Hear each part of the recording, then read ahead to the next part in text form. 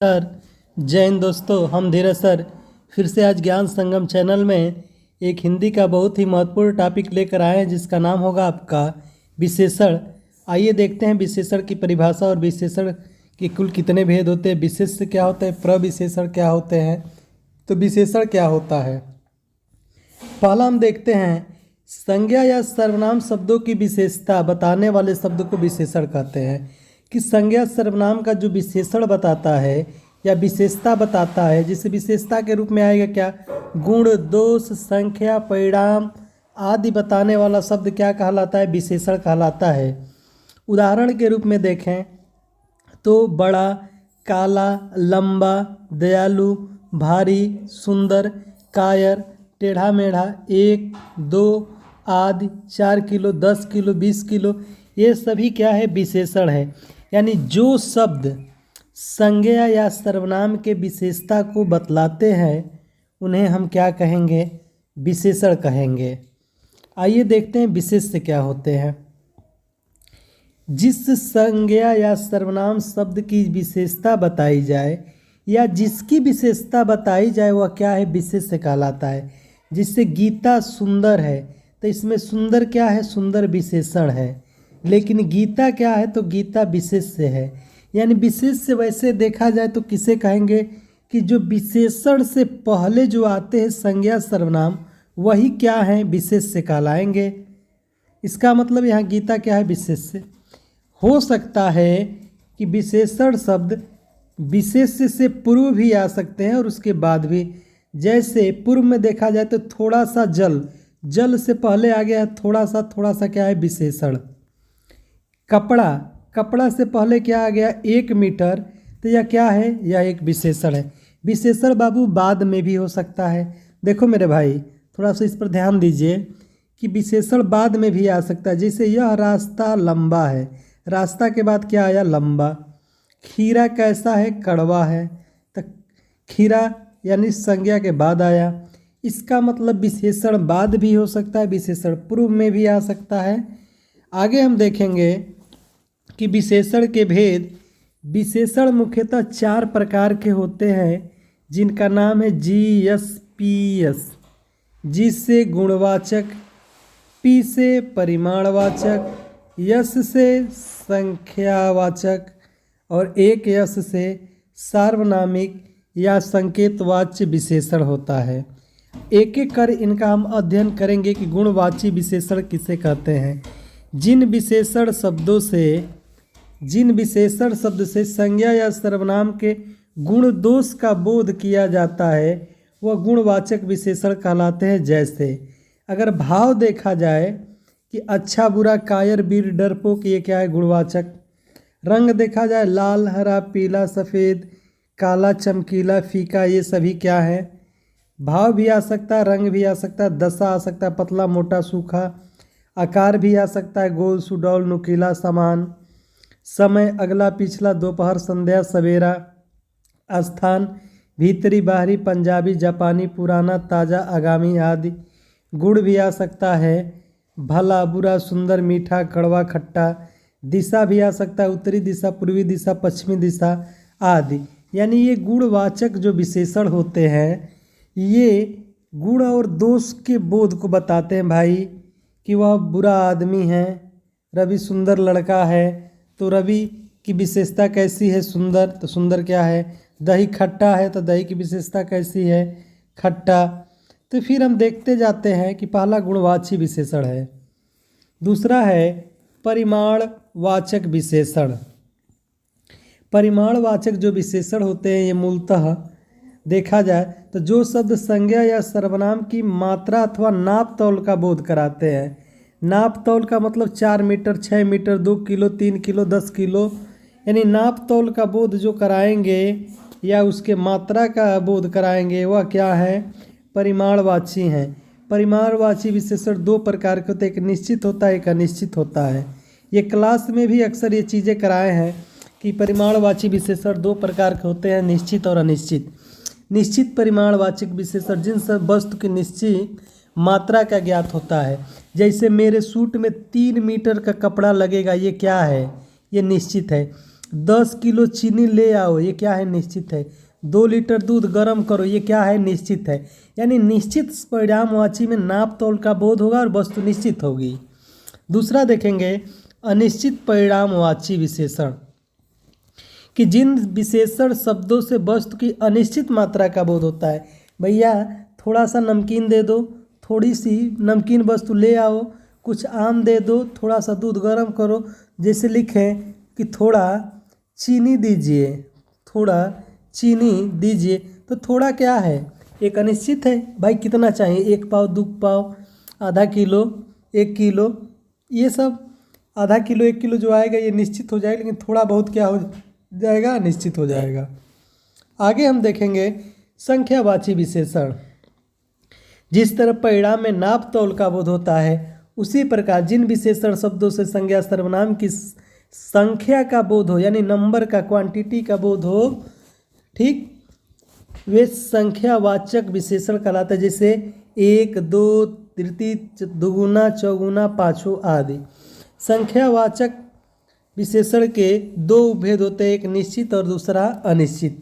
निश्चित में देखेंगे कि निश्चित संख्यावाची विशेषण, जिन विशेषण शब्दों में निश्चित संख्या का बोध हो वे निश्चित संख्यावाची कहते हैं। जैसे 2 पुस्तक मेरे लिए ले आना, पुस्तक के पहले क्या लग गया है? संख्या लग गया है, ये क्या कहलाएगा? ये जो संख्या लग गया है, इस वजह से कौन सा बोध हो जाएगा? तो संख्यावाची का विशेषण। अब संख्यावाची जो विशेषण होते हैं 2 प्रकार के, निश्चित अनिश्चित। निश्चित में भी देखेंगे 4 प्रकार होते हैं। जैसे पहला है निश्चितवाची संख्या के निम्नलिखित 4 भेद होते हैं। जो 4 भेद होते हैं, तो पहला है गणनावाचक, जिन शब्दों के द्वारा गिनती का बोध होता है। जैसे एक लड़का स्कूल जा रहा है, 25 रुपये दीजिए, कल मेरे यहाँ 2 मित्र आएंगे, 4 आम लाओ, ये क्या है? गणनावाचक है, ठीक। आगे हम देखें क्रमवाचक, जिन शब्दों के द्वारा संख्या के क्रम का बोध होता है। जैसे पहला लड़का यहाँ आए, दूसरा लड़का वहाँ बैठे, राम कक्षा में प्रथम रहा, श्याम कक्षा में द्वितीय रहा, यानी पहला, दूसरा, प्रथम, द्वितीय, तृतीय, ये सभी क्रमवाची है। आवृत्तिवाची का मतलब होता है जिन शब्दों के द्वारा केवल आवृत्ति का बोध होता है। जैसे मोहन तुमसे 4 गुना काम करता है, 2 गुना, 4 गुना, 10 गुना, 20 गुना, ये सभी क्या होगा? आवृत्तिवाची होता है। समुदायवाचक, जिन शब्दों के द्वारा केवल सामूहिक संख्या का बोध होता है। तुम तीनों को जाना पड़ेगा, यहाँ से चले जाओ, यहाँ से 4 हो, चले जाओ। समुदाय, 1 दर्जन केला ले आओ, तो 1 दर्जन एक समुदाय होता है और निश्चित भी होता है। आगे हम देखेंगे अनिश्चित संख्यावाची विशेषण, जिन शब्दों से निश्चित संख्या का बोध न हो उन्हें क्या कहेंगे? अनिश्चित। जैसे कुछ बच्चे पार्क में खेल रहे हैं, कुछ भीड़ यहाँ आई हुई है, ठीक, सभा लगी हुई है, सैकड़ों लोग उपस्थित हैं, ये सभी क्या है? अनिश्चित संख्यावाची विशेषण होता है। फिर आगे देखेंगे संकेतवाचक विशेषण, या इसी को सार्वनामिक भी विशेषण कहेंगे, ठीक। जो सर्वनाम संकेत के द्वारा संज्ञा सर्वनाम की विशेषता बताते हैं उन्हें संकेतवाचक विशेषण कहते हैं। क्योंकि संकेतवाचक विशेषण सर्वनाम शब्दों से बने हैं, अतः ये सार्वनामिक विशेषण कहलाते हैं। इन्हें निर्देशक भी कहते हैं। अभी इसको आगे चल के हम और कन्फर्म कराते हैं। पहले हम देखते हैं परिणाम वाचक विशेषण और संख्यावाची विशेषण में अंतर। अभी कुछ लोग ऐसे हैं जिनको अभी भी अंतर नहीं समझ में आ रहा है। तो देखिए, जिन वस्तुओं में नाप तौल यानी किलो से, बटखरा से नाप तौल किया जाता है और उनके वाचक शब्द परिणाम होते हैं, उसे हम क्या कहेंगे? परिणामवाची। जैसे कुछ दूध लाओ, कुछ शब्द तौल के लिए आया है कि नहीं, मानो तौलने के लिए आया, यही क्या है? परिणामवाची। अभी देखें यहाँ पे कि जिन वस्तुओं में गिनती की जा सके उनके वाचक शब्द संख्यावाची विशेषण कहलाते हैं। जैसे कुछ बच्चे इधर आओ, तो कुछ का प्रयोग देखिए, एक तो होता है निश्चित में परिणाम में, और कुछ का प्रयोग यहाँ संख्या में भी हुआ। यहाँ पर कुछ बच्चों को गिनती के लिए आया है, इसलिए संख्यावाची विशेषण होगा। परिणामवाची विशेषणों में द्रव्य अथवा पदार्थों की संख्या आएगी, जबकि संख्यावाची विशेषण के बाद जातिवाचक संज्ञाएं आती हैं। जैसे बच्चे, देखिए ना, बच्चे क्या है, जातिवाचक। कुछ आदमी दौड़ रहे हैं, आदमी क्या है, जातिवाचक है। आगे हम देखेंगे सर्वनाम, वेरी वेरी इम्पोर्टेंट, बहुत महत्वपूर्ण होने जा रहा है। सर्वनाम और सार्वनामिक विशेषण में अंतर। भाई बहुत अच्छा टॉपिक है एकदम, बिल्कुल। ये हम अभी तक क्लास में भी इसको अंतर लिखवा के पढ़ाए नहीं हैं। एकदम नया कंसेप्ट, नया चीज़ आपको एकदम यूट्यूब पर एकदम जेन्युइन चीज़ है कि जो ये सब कोई बताता नहीं, जल्दी किसी को आता ही नहीं तो बताएगा क्या। आप देखिए सर्वनाम और सार्वनामिक विशेषण में अंतर देख रहे हैं। जिस शब्द का प्रयोग संज्ञा शब्द के स्थान पर हो उन्हें क्या कहेंगे, सर्वनाम। यानी संज्ञा के स्थान पर क्या लगता है, सर्वनाम। ठीक, राम मुंबई गया तो राम के जगह वह लग गया कि वह मुंबई गया, यह सर्वनाम है। इस वाक्य में वह क्या है, सर्वनाम। जिस शब्द का प्रयोग संज्ञा के पूर्व अथवा बाद में विशेषण के रूप में किया गया उसे सार्वनामिक विशेषण। जैसे वह रथ आ गया है, कहने का मतलब वह रथ आ गया है। वह मंदिर जा रहा है, वह मंदिर जा रहा है। ठीक, लिखे हैं। तो मंदिर क्या है, संज्ञा, संज्ञा से ठीक पहले क्या आया, वह क्या हो जाएगा, सर्वनामिक। वह रथ आ रहा है, रथ क्या है, संज्ञा है, संज्ञा के जस्ट पहले वह आ गया तो यह क्या है, सर्वनामिक विशेषण है। इसी को बहुत मामूली अंतर है, इसको समझ लीजिए एक बार, तो यह जीवन भर कंसेप्ट भूलेगा नहीं। यानी संज्ञा से पहले कोई शब्द आए, ठीक, या संज्ञा के बाद में भी इसका प्रयोग किया जाता है, ठीक, तो उसे हम क्या कहेंगे, सार्वनामिक विशेषण कहेंगे। आइए देखते हैं विशेषण की अवस्थाएं से भी प्रश्न बनते हैं। तो विशेषण की मूलतः हिंदी में 3 अवस्थाएं होती हैं, मूलावस्था, उत्तरावस्था और उत्तमावस्था, यही 3 अवस्थाएं होती हैं। एक एक कर देखते हैं मूलावस्था क्या होती है।